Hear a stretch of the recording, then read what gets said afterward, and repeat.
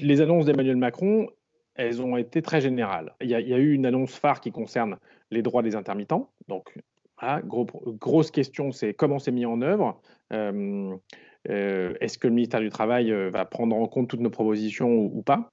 Et puis, il y a des annonces qui concernent la culture en général, un plan de relance, les conditions de la reprise sanitaire, voilà, ça se pose dans tous les secteurs d'activité. Mais il se trouve que pour une bonne partie d'entre nous, bah, c'est des lieux d'accueil du public et que donc les conditions d'accueil du public, enfin, c'est à la fois faire attention à ce que les salariés, artistes ou autres sur scène s'en sortent, mais c'est aussi faire en sorte que les publics puissent revenir dans de bonnes conditions. Et il y a des problèmes sanitaires, mais il y a aussi des problèmes économiques qui se posent. Parce que, par exemple, quelqu'un du cirque disait OK, moi je veux bien faire reprendre un spectacle dans mon chapiteau de 1000 personnes, mais avec seulement 300 personnes, parce qu'on nous dit qu'il faut qu'il y ait une personne sur trois.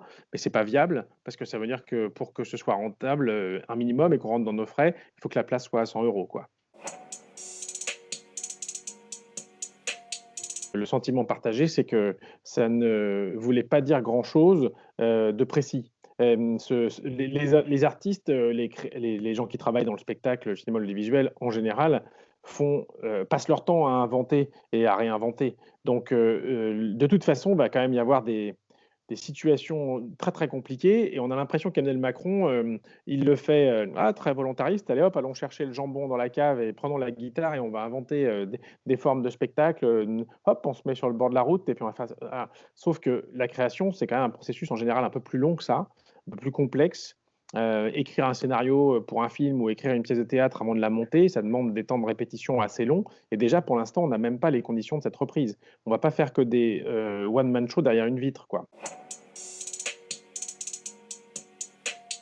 Par nature, on voit mal comment ça peut reprendre facilement. Et il ne faudrait pas que ça serve d'excuse à dire, bah voilà, vous pouvez reprendre le travail comme tout le monde. Il n'y a que les lieux fermés au public, il y a que l'ouverture au public qui est interdite, mais le reste, vous reprenez le travail comme tout le monde.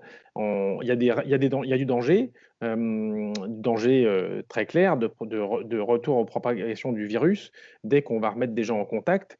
Et beaucoup de choses sont strictement impossibles pour le moment.